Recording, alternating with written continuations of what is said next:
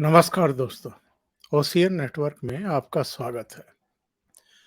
2 मई को शरद पवार साहब का इस्तीफा बहुत ही नाटकीय अंदाज में उनकी आत्मकथा पार्ट 2 का विमोचन था, उसको जारी किया जाना था। समारोह पूरा हो गया। समारोह जब समाप्त होने वाला था तो अचानक उन्होंने कहा कि मैं अब अध्यक्ष पद से निवृत्त होना चाहता हूँ, रिटायर होना चाहता हूँ। पार्टी की बहुत लंबी सेवाएं मैंने कर ली। अब नए नेतृत्व को पार्टी को आगे लेकर के जाना चाहिए। 2024 की जो भी रणनीति बननी है, जो भी गठबंधन सहयोगी तलाश करने हैं, वो करने चाहिए। 2 मई और आज 5 मई यानी तीसरे दिन ही एक पूरा प्रहसन हुआ, पूरा नाटक हुआ। एक 15 सदस्यीय कमेटी बना दी गई, आप नया अध्यक्ष चुनिए। वो कमेटी भी बहुत महान है। उसने कहा कि हम पवार साहब का इस्तीफा नामंजूर करते हैं। ये 15 सदस्यीय कमेटी को किसने पावर दी कि वो अपने अध्यक्ष का इस्तीफा नामंजूर करे? क्या ये हाई पावर्ड कमेटी है? क्या ये शरद पवार से भी ऊंचा दर्जा रखती है? और ये शरद पवार ने इस्तीफा सौंपा किसे था कि वापस लेने का ऐलान कर रहे हैं? और सबसे बड़ी बात यह है कि क्या इस्तीफा प्रकरण अब जो पार्टी का अंदरूनी संकट था वो भी खत्म हो गया? क्योंकि अजित पवार अगर प्रेस कॉन्फ्रेंस में नहीं है जिसमें उन्होंने इस्तीफा वापस लेने की बात कही, और जब पत्रकारों ने पूछा कि भाई अजित पवार क्यों नहीं है, तो वो कोई तर्क संगत जवाब दे नहीं पाए। उन्होंने बस इतना कहा कि सभी का हर जगह उपस्थित होना जरूरी नहीं है। लेकिन एक बड़ा सवाल खड़ा हो गया है।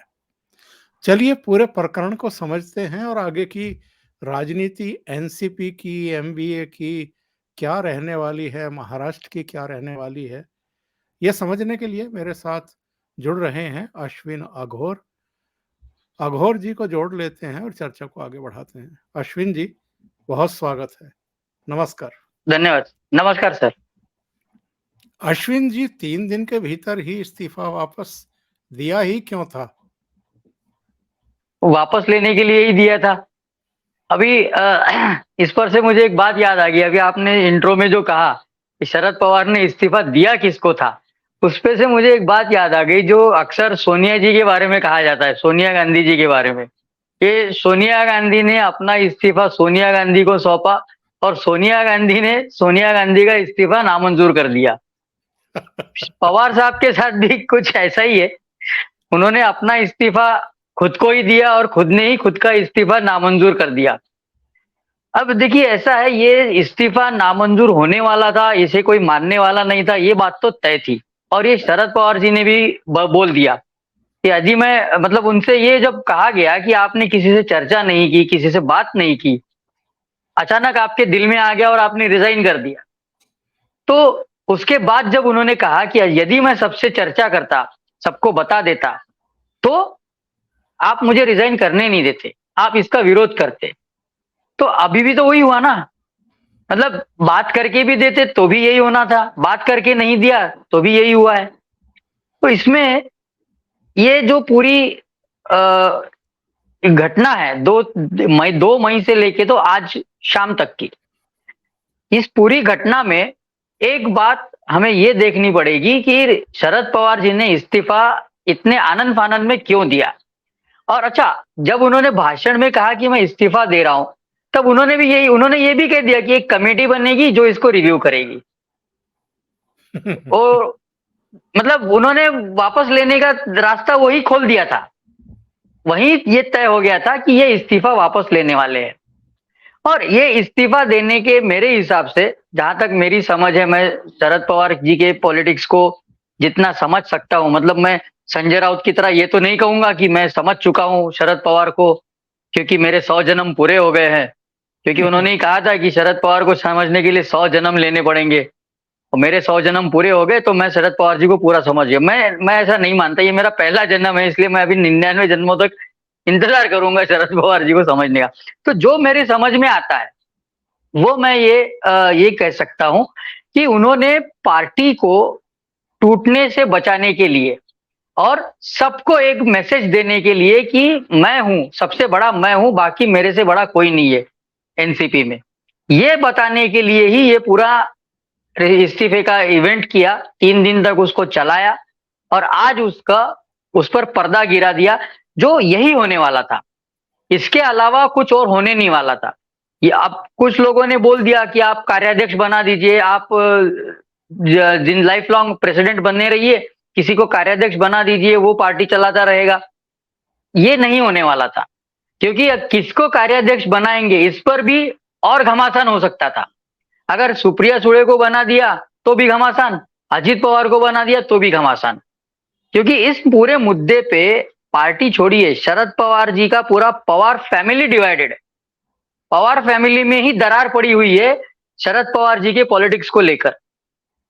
फैमिली में एक विचार ये चल रहा है कि अजित पवार इतने कैपेबल है, अजित पवार इतने सक्षम है, फिर भी उनको आप चीफ मिनिस्टर क्यों नहीं बनाते? मौका होता है आपके पास, फिर भी आप चीफ मिनिस्टर का पोस्ट नहीं लेते। जिंदगी भर क्या डिप्टी सीएम बन के रहेंगे? चीफ मिनिस्टर कब बनेंगे? तो ये पूरा जो है, अगर सुप्रिया सुळे को करते तो भी प्रॉब्लम थी, अजित पवार को करते तो भी प्रॉब्लम थी, क्योंकि सुप्रिया सुळे को मानने वाले जो 2-4 गिने चुने नेता है, जो शरद पवार की वजह से ये दिखाते हैं कि हम सुप्रिया सुळे को मानते हैं, सुप्रिया सुळे की लीडरशिप मानते हैं, वो कुछ करते। और जो अजित पवार को मानने वाले लोग हैं, जहां तक मैं जानता हूं, अजित पवार को मानने वाले ज्यादा लोग हैं इसके मुकाबले के सुप्रिया सुळे की लीडरशिप को मानने वाले। वो अगर रिवोल्ट कर दे तो फिर वो संभालना मुश्किल हो जाएगा। इसलिए शरद पवार जी ने बड़ा चालाकी से ये गेम खेला है कि मैं रिजाइन करता हूं, आप संभालो पार्टी, जिसको अध्यक्ष बनाना है बना दो। और जब जब किसी डायनास्टिक पार्टी में ये होता है, एक family owned private limited business में जब ऐसा होता है, तब उसका आउटकम यही होता है। आपको मैं याद दिलाना चाहता हूं कि कुछ साल पहले, बहुत साल हो गए उसको, बाला साहेब ठाकरे ने भी यही दांव खेला था। जब उद्धव और राज ठाकरे दोनों के लीडरशिप को लेके शिवसेना में डिस्प्यूट चल रहा था, ये उद्धव बनेगा या राज बनेंगे पार्टी के अध्यक्ष, या कमान किसके हाथ में जाएगी, तो सब उसमें शिवसेना में घमासान हो रहा था। बाला साहेब ठाकरे ने एक दिन इस तरह बोल दिया कि मैं छोड़ के जा रहा हूं, मैं पार्टी छोड़ रहा हूं, मैं पद छोड़ रहा हूं। फिर सब आके मातोश्री पे उनको जैसा आज हुआ सेम वैसे ही उस टाइम पे भी हुआ था। फिर उन्होंने धीरे धीरे करके उद्धव ठाकरे जी के हाथ में पार्टी सौंपी, फिर राज ठाकरे पार्टी छोड़ के निकल गए। ये पूरा इतिहास है। ऐसा ही कुछ एनसीपी में भी होने की संभावना थी। इसलिए शरद पवार जी ने ये सब इस ड्रामा, रेजिग्नेशन का जो ड्रामा है और उसका इवेंट 3 दिन तक किया। डायनास्टिक पार्टी में यही होता है, क्योंकि वहां पे सक्सेशन का कोई प्लान नहीं होता, सक्सेशन का कोई प्रोग्राम नहीं होता। आपके बाद सेकंड लाइन लीडरशिप कोई खड़ी नहीं होती है, क्योंकि सारे के सारे लोग एक आदमी के पीछे चलने वाले होते हैं। भले ही कांग्रेस इस 100-125 साल पुरानी पार्टी है, लेकिन गांधी फैमिली के पीछे चलते हैं सब। आज मल्लिकार्जुन खड़गे भले ही अध्यक्ष है कांग्रेस के, लेकिन वो चलते तो 10 जनपद के इशारे पे ही है ना। तो ये सब होता है। और शरद पवार जी ने जो रेजिग्नेशन का ड्रामा किया 2-3 दिन तक, उसका मेन ऑब्जेक्टिव यही था कि अजित पवार का जो इंपॉर्टेंस बढ़ रहा था पार्टी में, अजित पवार जो कुछ करने के फिराक में थे, उसको रोका जाए। और वो जो कुछ भी पॉसिबल रिबेलियन जो होने वाला था, पार्टी टूटने के कगार पर आ गई थी, उसको जैसे तैसे बचाया जाए, इसलिए ये सब किया गया। इसका दूसरा कोई वजह नहीं थी। एक तरफ वो कह रहे हैं कि पार्टी के उत्तराधिकार को भी तय किया जाएगा, दूसरी तरफ जो बात आपने कही है कि अजित पवार को एक तरीके से शरद पवार ने, उनके चाचा ने, उनकी हैसियत बता दी कि आपका कद कितना है और मेरा कद कितना है, आपके साथ कितने लोग हैं और मेरे साथ तो पूरी पार्टी खड़ी है। मतलब एक पूरी तैयारी थी। जैसे ही इन्होंने इस्तीफा दिया, हंगामा शुरू हो गया, भाषणबाजी शुरू हो गई। नहीं नहीं, आपके बिना तो हम एक कदम भी नहीं चल सकते हैं। ठीक वैसे ही जैसा 2004 में सोनिया गांधी ने ड्रामा किया था सेंट्रल हॉल में जी। और वहां सब पूरी कांग्रेस खड़ी हो गई थी, वही हाल यहाँ था। और आज जैसे ही उन्होंने इस्तीफा वापस लेने का ऐलान किया तो उनके घर के बाहर जश्न, पटाखे फोड़े जा रहे हैं, लोग नाच रहे हैं। क्या ये अजित पवार को उसकी हैसियत दिखाने की पूरी कवायद थी और अजित पवार समझ गए, देर से समझे और इसलिए प्रेस कॉन्फ्रेंस में भी नहीं आए? देखिए, ऐसा है, ये पूरा जो कवायद शरद पवार ने की है, वो सिर्फ अजीत पवार को उनकी जगह दिखाने के लिए नहीं की है। ये उन नेताओं के लिए भी था जो अजीत पवार के पीछे जा सकते थे। उन सारे नेताओं को शरद पवार ने एक ही झटके में बता दिया है कि मैं कौन हूं और आप कौन है। मतलब उन्होंने एक तीर में दो पंछी नहीं मारे हैं, पूरा का पूरा झुंड मार दिया है पंछियों का एक ही तीर में। अजीत पवार जो सोच रहे थे, जिस तरह की खबरें आ रही थी, जो सोच रहे थे कि कुछ करेंगे, कुछ लोगों को लेके साथ में बाहर निकलेंगे, या जैसा एकनाथ शिंदे ने पूरा शिवसेना पे कब्जा कर लिया 2/3 लोगों को अपने साथ करके, उस तरह से कुछ अगर हम करें, मैं करूंगा तो मेरे पास पार्टी आ जाएगी, मेरे पास पावर आ जाएगी, मतलब पार्टी के अंदर की पावर मेरे पास आएगी। और जब मेरे पास एक पार्टी रहेगी जिसके 50-55 विधायक है, 3-4 सांसद है, उसके भरोसे पे मैं किसी और के साथ निगोशिएशंस या कोई पावर शेयरिंग कर सकता हूं। ये प्लान लेकर के अजीत पवार चल रहे थे। लेकिन इन्होंने, शरद पवार जी ने जो किया, उसमें अजीत पवार को भी कट टू साइज किया और उनके साथ जाने वाले जो विधायक हो सकते थे, जो जाने की संभावना थी, उनको भी एक स्ट्रांग मैसेज चला गया कि भाई आप मेरे बगैर आप कुछ नहीं हो, मेरे साथ रहोगे तो ही कार्यकर्ता आपके साथ रहेंगे, मेरे साथ रहोगे तो ही आप नेता बने रहोगे। अजीत पवार के साथ जाओगे तो आपको कोई पूछने नहीं वाला, आपके पीछे कोई कार्यकर्ता आने नहीं वाला, क्योंकि सारे के सारे कार्यकर्ता मुझसे लॉयल है, सारे के सारे मेरे बात के आगे नहीं है, जो मैं कहूंगा वही करेंगे। तो ये कुल मिलाकर बात ये है कि शरद पवार जी ने एक तरफ अजीत पवार का जो रिबेलियन था, मतलब जो वो पार्टी तोड़ने के चक्कर में या पार्टी हथियाने के चक्कर में थे, वो खत्म कर दिया। और जो उनके साथ जाने वाले थे उनको भी एकदम जमीन पे लाके दन से पटक दिया है। और इसके साथ उन्होंने सुप्रिया सुळे को आगे लाने के लिए रास्ता खोल दिया है। क्या ये मान लिया जाए कि शरद पवार ने जो कुछ किया है उसके बाद बगावत खत्म हो जाएगी और अजित पवार का गेम भी ओवर हो गया है?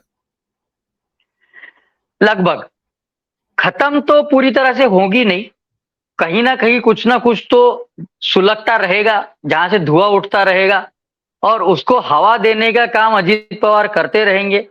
लेकिन सबसे बड़ी बात यह है कि अजीत पवार का सबसे बड़ा डिसएडवांटेज यह है कि उनकी उम्र, अब उनके पास समय बहुत कम है, 60 साल के हो चुके हैं ऑलरेडी। और इसके आगे वो क्या करेंगे, इसके अब तक कर नहीं पाए, 3 बार उन्होंने कोशिश करके देखी, तीनों बार वो फेल हो गए। अब वो कुछ करेंगे तो उनके पास, मतलब अब आज की सिचुएशन में ऐसा नहीं है कि 15 दिन में, महीने भर में या 1 साल में लोग उठ के इनके साथ चले जाएंगे, ऐसा नहीं होगा। अभी देखिए, जब उद्धव ठाकरे महाविकास आघाड़ी में गए, शिव कांग्रेस और एनसीपी के साथ उन्होंने गठबंधन किया, तब एकनाथ शिंदे उसी दिन से नाराज चल रहे थे। बाकी सारे जो विधायक एकनाथ शिंदे जी के साथ गए वो तब से नाराज चल रहे थे, लेकिन उनको ये डिसीजन लेने में 2.5 साल लग गए। 2.5 साल के बाद जाके उन्होंने ये डिसीजन लिया कि नहीं, अब हम इसके आगे नहीं जा सकते, इनके साथ नहीं रह सकते, अब यहां रहना मुमकिन नहीं है, तो हम कुछ और अपना रास्ता देखते हैं। तो आज अजीत पवार के साथ विधायक जाने से पहले 1000 बार सोचेंगे। 2.5 साल, 3 साल, 4 साल, पता नहीं इसमें कितना समय लगेगा। और इतना समय अजीत पवार जी के पास है ऐसा मुझे लगता नहीं, क्योंकि पॉलिटिकली देखा जाए तो अगर उनको 5 साल लगे तो 65 हो जाएगी उनकी उम्र, 65, 66। इस उम्र में जाके वो क्या करेंगे? तो ये सब बातें हैं। एक तरह से इस रेजिग्नेशन के ड्रामे के बाद अजीत पवार का जो कुछ भी था वो खत्म हो गया है। अब उनके पास एक ही रास्ता बचा है मेरे हिसाब से, चाचा जी जो दे वो लेके शांति से बैठो और बचे हुए दिन निकालो, क्योंकि अब उनके उनके साथ कोई जाएगा नहीं, उन पर कोई मतलब दूसरे पार्टी वाले अगर मान के चलिए वो भाजपा के साथ जाना चाहते थे, भाजपा के साथ अलायंस करना चाहते थे, तो अब भाजपा वाले भी उन पे भरोसा नहीं करेंगे। अकेले अजीत पवार को लेके क्या फायदा भाजपा का। तो पॉलिटिकली अगर देखा जाए तो अजीत पवार के किस्मत में अब यही है कि आप शांति से यहाँ बैठे रहो, चाचा जी जो देंगे वो लेके खुश रहो। लेकिन एक बात बताइए, चलिए अजीत पवार का तो मान लेते हैं कि भाई वो कमजोर हो गए इस पूरे प्रकरण से, लेकिन ये जो एक चर्चा चलती रहती है कि 2019 में अक्टूबर नवंबर में असली खेल करने वाले तो शरद पवार थे, जिन्होंने उद्धव ठाकरे और कांग्रेस की अंतरिम अध्यक्ष के बीच पुल का काम किया, वरना सीधे मातोश्री की तो अप्रोच थी नहीं 10 जनपद तक पहुंचने की। तो भारतीय जनता पार्टी ने अगर उद्धव ठाकरे को ठिकाने लगाया है तो उसके एजेंडे पर शरद पवार भी तो हैं, एनसीपी भी तो है। तो क्या बीजेपी का भी गेम ओवर हो गया है, या बीजेपी अभी भी इनको सबक सिखाने के लिए कुछ कर सकती है? देखिए, मैं एक बात कहना चाहता हूँ। मैं नागपुर का नेटिव हूँ। नागपुर के पास अमरावती करके एक शहर है, वहां का मैं नेटिव हूँ। उसको विदर्भ कहते हैं। और हमारे विदर्भ में एक कहावत है, ठंडा करके खाओ। मतलब आपको अगर खाने का टेस्ट लेना है, उसको एंजॉय करना है, तो खाना ठंडा होने दीजिए। राजनीति में भी वही होता है। यदि आपको कुछ करना है, आपके कुछ मंसूबे हैं, उनको अंजाम देना है, तो आपको पेशेंस रखना पड़ेगा। गरम-गरम खाना खाओगे तो मुंह जल जाएगा, ज़बान जल जाएगी, आप उसकी टेस्ट को एन्जॉय नहीं कर पाओगे। ठंडा होने तक रुको, इतना ठंडा होने तक रुको कि खाया जा सके और एन्जॉय किया जा सके। राजनीति में भी वही होता है। अभी देवेंद्र फडणवीस के साथ धोखा हुआ 2019 में। उद्धव ठाकरे ने पीठ में खंजर भोंका घोंपा 2019 में। उसका बदला लिया 2023 में। 2.5 साल तक वेट किया, तो इसके लिए भी वेट करेंगे। ऊपर जो 2 गुजराती बैठे हैं, वो इस खेल में बड़े माहिर हैं।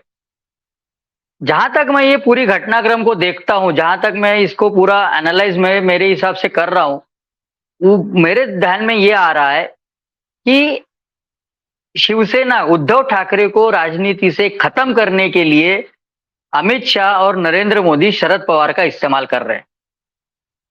एक बार उद्धव ठाकरे राजनीति से पूरी तरह से खत्म हो गए, उनकी राजनीति पूरी तरह से खत्म हो गई, फिर उसके बाद वो दूसरे मिशन पे चल पड़ेंगे। अब इसको आप आइसोलेशन में नहीं देख के, इसको आप पीछे जाके अगर हम देखें तो जिस दिन शरद पवार को पद्म विभूषण दिया गया, लोगों ने बड़ी आलोचना की। भाजपा के जो समर्थक है, उन्होंने बहुत सोशल मीडिया पे अपना गुस्सा निकाला कि अरे यार, शरद पवार तो अपने खिलाफ काम करते हैं, अपने सरकार के खिलाफ बोलते रहते हैं, एक्यूजेशंस लगाते रहते हैं, सरकार गिराने की कोशिश में रहते हैं। महाराष्ट्र में उन्होंने ऐसा किया भाजपा के साथ, फिर भी उनको पद्म विभूषण क्यों दिया? मैं ये इसको इस तरह से देखता हूं, शरद पवार को पद्म विभूषण देकर ऑब्लिगेशन कर ली, ऑब्लाइज कर दिया। दूसरा, उनको ये मैसेज शरद पवार तक पहुंच गया होगा कि देखिए, आपके खिलाफ इतने डॉक्यूमेंट्स, इतने सबूत है कि ईडी आपके पीछे आ सकती है। अजीत पवार की इंक्वायरी तो ऑलरेडी चल रही है। उनके जो 2-3 शुगर मिल्स है, उसकी इन्वेस्टिगेशन चल रही है। उसमें अजीत पवार है, उनकी पत्नी है, अजीत पवार की पत्नी है, दोनों के इन्वेस्टिगेशन चल रहे हैं। शरद पवार के भी ऐसे कई सारे ट्रांजैक्शंस है, कई सारे डीलिंग्स है जिस पर इंक्वायरी हो सकती है। महाराष्ट्र स्टेट कोऑपरेटिव बैंक का इश्यू है, उसमें भी शरद पवार का नाम उस लिस्ट में है, जो उसमें अक्यूज्ड है, उसमें शरद पवार जी का नाम है। अब दूसरी बात यह है कि सबको ये बात पता है कि 2024 में नरेंद्र मोदी सरकार वापस आने वाली है और पूर्ण बहुमत से आने वाली है। तो ऐसे में उनसे पंगा लेकर ईडी का तलवार सर पे लटकाए रखने से तो अच्छा है कि कुछ कॉम्प्रोमाइज कर लीजिए। तो उस हिसाब से मुझे ऐसा लगता है कि शरद पवार जी को ये टास्क दिया गया है कि आप शिवसेना उद्धव ठाकरे को खत्म करो, बाद में बाकी बाद में देखते हैं।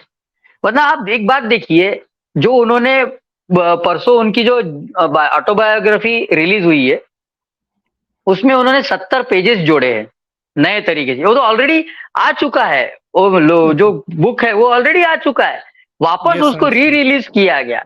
उसमें 70 पेजेस, हाँ 70 पेजेस उसमें ऐड किए हैं। और उसमें क्या लिखा है उन 70 पेजेस में? उद्धव ठाकरे को कैसे एक्सपीरियंस नहीं है, उद्धव ठाकरे किस तरह से फेल हो गए, उद्धव ठाकरे ने ये गलती की, उद्धव ठाकरे ने वो गलती की, 2.5 साल में सिर्फ 2 दिन ऑफिस गए, 2 दिन मंत्रालय गए, उनको प्रशासन पे उनकी पकड़ नहीं थी, वो जानकारी नहीं ले पा रहे थे, क्या करना है क्या नहीं करना ये उनको समझ में नहीं आ रहा था। अब 2.5 साल में सिर्फ 2 दिन अगर कोई ऑफिस जाएगा, ये बात तो मुझे हजम नहीं हो रही थी। ये सब उन्होंने उद्धव ठाकरे के बारे में लिखा है। अब ये लिखने की क्या जरूरत थी? सबसे बड़ी बात, ये बात तो फोन करके बता सकते थे उद्धव ठाकरे को। इतने तो संबंध है ना, आप अलायंस में हो, महाविकास आघाड़ी में हो, आप महाविकास आघाड़ी के कर्ता धर्ता हो। तो अगर उद्धव ठाकरे की कुछ गलती हो रही है तो आप उनको फोन करके बोलो कि यार ये गलती हो रही है, ऐसा मत करो, ऐसा करो। किसने रोका था? ये सब किताब में लिखने की क्या जरूरत थी? ब्लैक एंड व्हाइट में लाने की क्या जरूरत थी? वो इसलिए लाया गया है कि अब सारी जिंदगी लोग वो पढ़ेंगे और याद रखेंगे और वो उसको दोहराएंगे। उद्धव ठाकरे फेल्योर है, उद्धव ठाकरे एक राजनेता के तौर पर फेल्योर है, एक एडमिनिस्ट्रेटर के तौर पर फेल्योर है, एक मुख्यमंत्री के तौर पर फेल्योर है। ये कोई और नहीं, ये मैं नहीं कह रहा हूं, शरद पवार खुद कह रहे हैं, जिन्होंने उनको सीएम बनाया था। और अगर आपको ये मालूम था, 2.5 साल तक ये चल रहा था आपके सामने, आंखों के सामने, तो आप 2.5 साल के बाद अभी 10 महीने भी हो गए ना सरकार गिर के, इतने दिन क्यों रुके आप? और उसी किताब में उन्होंने ये भी बात बोल दी है कि देखिए शिवसेना का कैसा होता है, हमेशा वो जरा कहीं कुछ हो गया तो शुरू हो जाते हैं, ये मुंबई को महाराष्ट्र से तोड़ने की साजिश है, मुंबई को अलग करने की साजिश है, मराठियों का अपमान है, मराठी लोगों के खिलाफ साजिश है, महाराष्ट्रीय अस्मिता के खिलाफ साजिश है। अरे क्या है? अब उन्होंने लिख दिया शरद पवार जी ने कि कोई दिल्ली में ऐसा कोई नहीं है जो मुंबई को महाराष्ट्र से तोड़ना चाहता है। और ये इतनी आसान बात है क्या? किसी एक शहर को स्टेट में से निकाल के उसको यूनियन टेरिटरी बना दो या दूसरे स्टेट में जोड़ दो, इतना आसान होता है क्या ये सब? लेकिन शिवसेना का जो चाइल्डिश पॉलिटिक्स है उसमें ये सब चल जाता है। और इसी बात को लेकर, इसी बात पे लोगों पे इमोशनल अत्याचार करते करते शिवसेना यहां तक पहुंची थी। शरद पवार जी ने वो गुब्बारा भी फोड़ दिया कि ऐसा कुछ नहीं है, दिल्ली में कोई नहीं है जो ये चाहता है कि मुंबई को तोड़ा जाए, महाराष्ट्र से दिल्ली से जोड़ा जाए या कहीं और से जोड़ा जाए। ऐसा कुछ नहीं है, ऐसा कोई करना नहीं चाहता, ऐसे किसी के दिमाग में नहीं है। तो उद्धव ठाकरे जो जो एलिगेशंस लगा के सिंपैथी जमा करने की कोशिश कर रहे थे, वो सारे के सारे शरद पवार ने उसकी धज्जियां उड़ा दी किताब में। तो ये सब है। अब इसके बारे में इसका जवाब उद्धव ठाकरे क्या देंगे, ये देखने वाली बात होगी। संजय राउत ने तो बोल दिया कि वो सामना में इंटरव्यू देंगे और अपना जो कहना है वो कहेंगे। लेकिन एक बात यह है कि किताब तो क्या 2 दिन में लोग पढ़ के बाद में रख देते, बुक शेल्फ में रद्दी में चली जाती है। मतलब सिचुएशन देखिए, ये परिस्थिति ये है कि इतना सब कुछ हो गया फिर भी इन लोगों का एरोगेंस नहीं गया है। शिवसेना वाला उद्धव ठाकरे गुट का वो उतने ही एरोगेंट है आज भी जितने पहले थे। ये सब बातें, ये सब चीजें अब लोग नोटिस करना शुरू कर देंगे। उद्धव ठाकरे फेल्योर है, उद्धव ठाकरे सिर्फ 2 दिन मंत्रालय में गए, उद्धव ठाकरे को पता नहीं था स्टेट कैसे चलती है, उद्धव ठाकरे को ये मालूम, ये कैपेसिटी नहीं थी कि पिछले 2-3 दिनों में क्या घटनाएं हुई, आज क्या हुआ, आगे इसका क्या हो सकता है, एंड प्रीएम्प्ट करके चीफ मिनिस्टर और होम मिनिस्टर को चाहिए कि घटनाएं प्रीएम्प्ट करे और कुछ ऐसे स्टेप्स ले कि ताकि उसको प्रिवेंट किया जा सके अगर वो होने वाला है तो। वो नहीं कर पाए। भाई शरद पवार खुद कह रहे हैं। तो उन्होंने एक तरह से ये 70 पेजेस जोड़ के उद्धव ठाकरे की राजनीतिक करियर पे ताला मार दिया है और महाविकास आघाड़ी का भी दुकान बंद कर दिया है। अब जहां महाविकास आघाड़ी खत्म हो गई, जहां महाविकास आघाड़ी टूट गई, वहां उद्धव ठाकरे की राजनीति खत्म हो गई, क्योंकि वो अब खुद के भरोसे पे पार्टी खड़ी करने के सिचुएशन में नहीं है, उसमें उनकी उतनी क्षमता नहीं है। अगर उनको राजनीति में टिकना है तो उनको कांग्रेस और एनसीपी की बैसाखी लेके ही चलना है, वरना वो नहीं चल पाएंगे। तो मुझे ये लग रहा है कि भाजपा ने पहले उद्धव ठाकरे का बदला लिया, जैसा देवेंद्र फडणवीस जी ने एक टीवी इंटरव्यू में वो बोला था कि मैंने बदला ले लिया मेरे से जो धोखा हुआ उसका। अब दूसरा धोखा दिया था शरद पवार जी ने, उसका भी समय आएगा।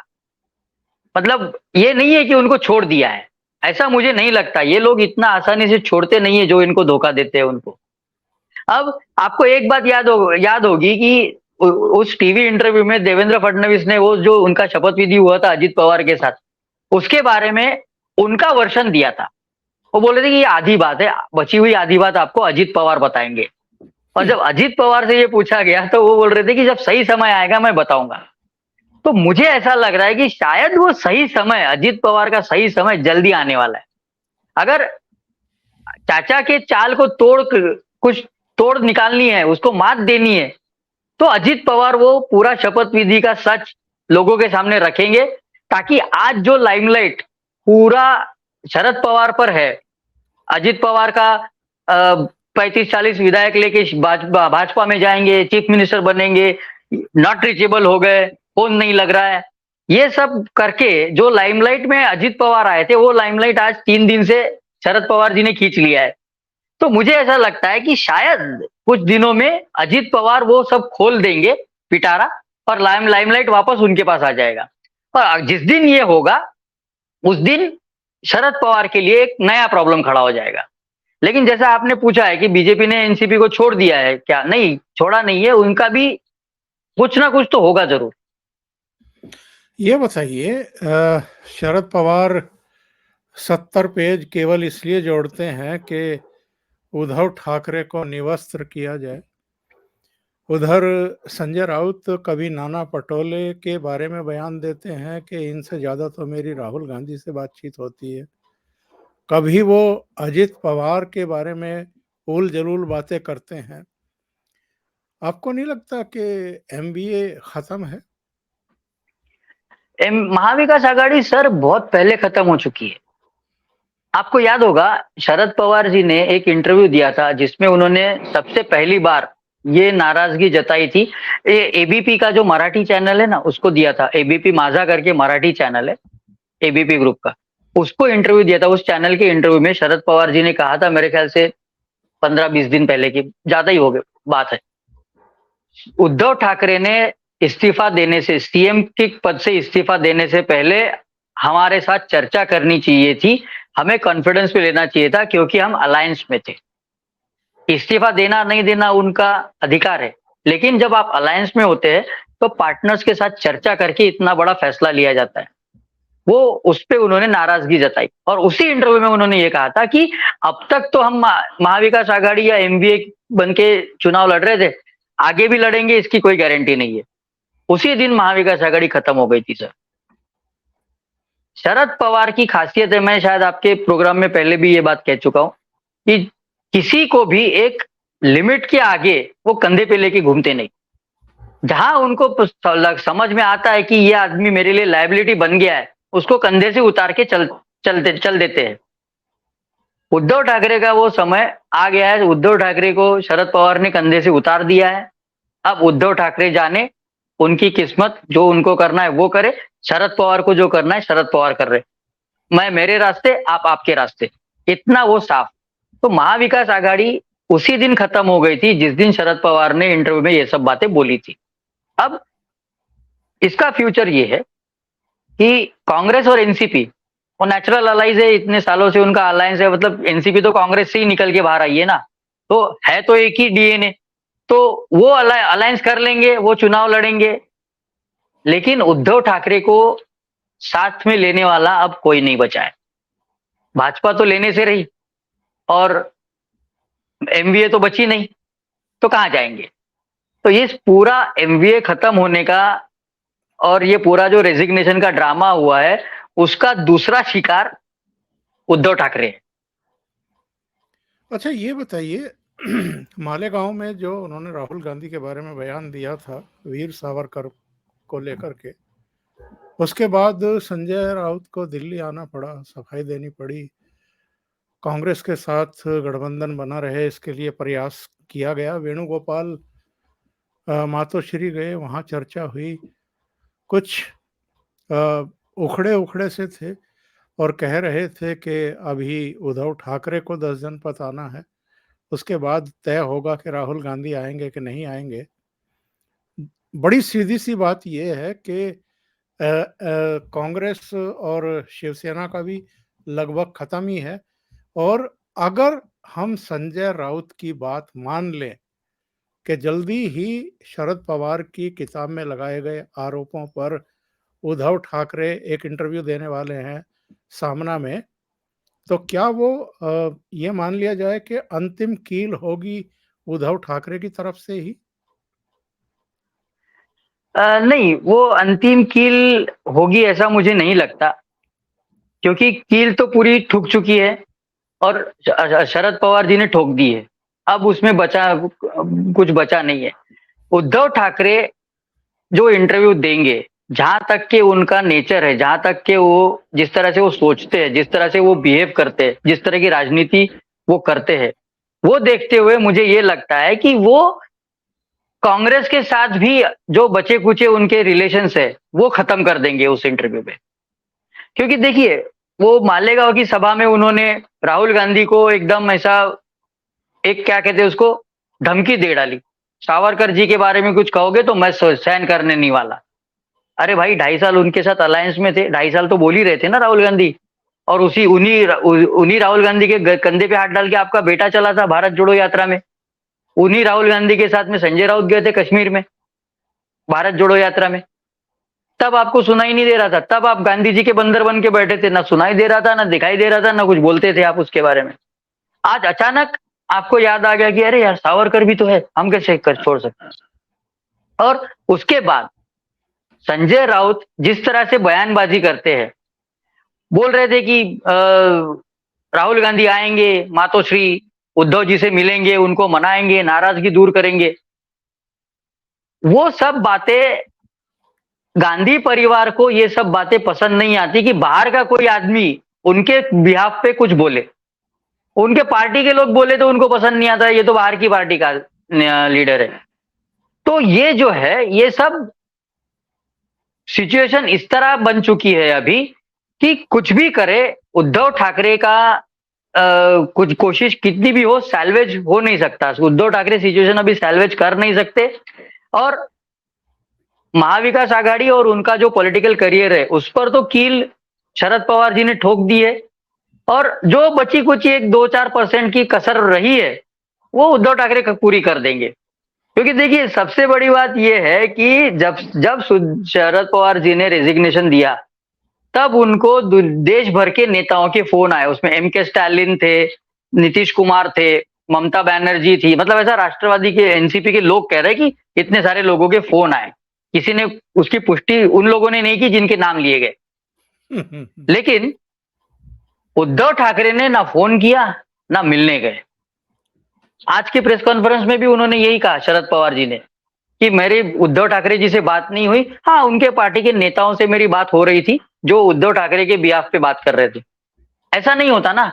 इतनी बड़ी सिचुएशन आ गई है आपके अलायंस में और आप खुद होके बात नहीं कर रहे हो, तो it sends the wrong message. पिछले बार भी जब शरद पवार जी बीमार थे तब ये मिलने नहीं गए। तो ये सब उनका जो एरोगेंट बिहेवियर है वही उनको ले डूबेगा और इंटरव्यू में भी वो वही दिखेगा। एक बात ये बताइए आखिर में कि ये माना जा रहा था कि ये इस्तीफे के पीछे एक सोची विचारी रणनीति है। लगता है शरद पवार को भी कि 2024 में तो मोदी की ही वापसी हो रही है, इसलिए भारतीय जनता पार्टी की लीडरशिप को साधा जाए और इसके लिए अजित पवार को कुछ जिम्मेदारी दी जा सकती है संगठन में। तो इस पूरे प्रकरण के बाद क्या अजित पवार के अब कार्यकारी अध्यक्ष बनने के चांस भी खत्म हो गए हैं?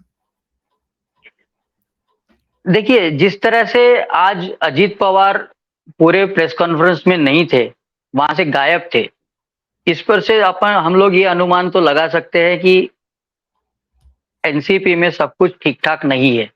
अजीत पवार, मैंने परसों भी मैंने कल वीडियो किया, उसमें भी मैंने ये कहा है कि अब अजीत पवार क्या करेंगे? फिर से कुछ करेंगे, फिर से कुछ रिबेल करेंगे, या फिर से नॉट रीचेबल खेलने लगेंगे।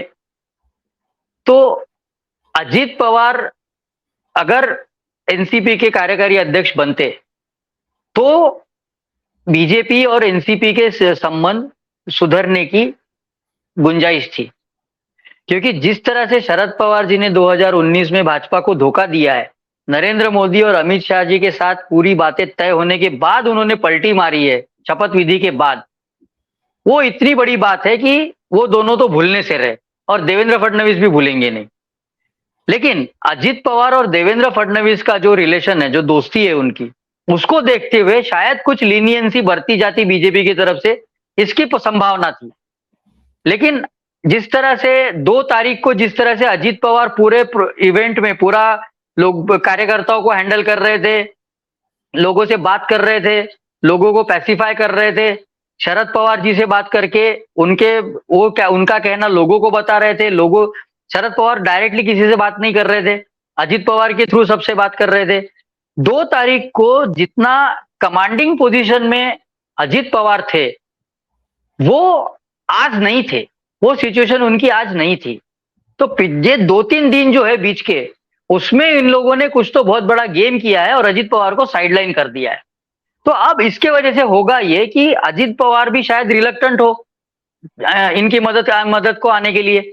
अगर चाहे तो, जैसा मैंने अभी थोड़ी देर पहले कहा कि जो ईडी और बाकी इन्वेस्टिगेशंस की तलवार लटक रही है सर पे, उसको वो गिरे नहीं, इसकी अरेंजमेंट तो अजित पवार कर ही सकते थे।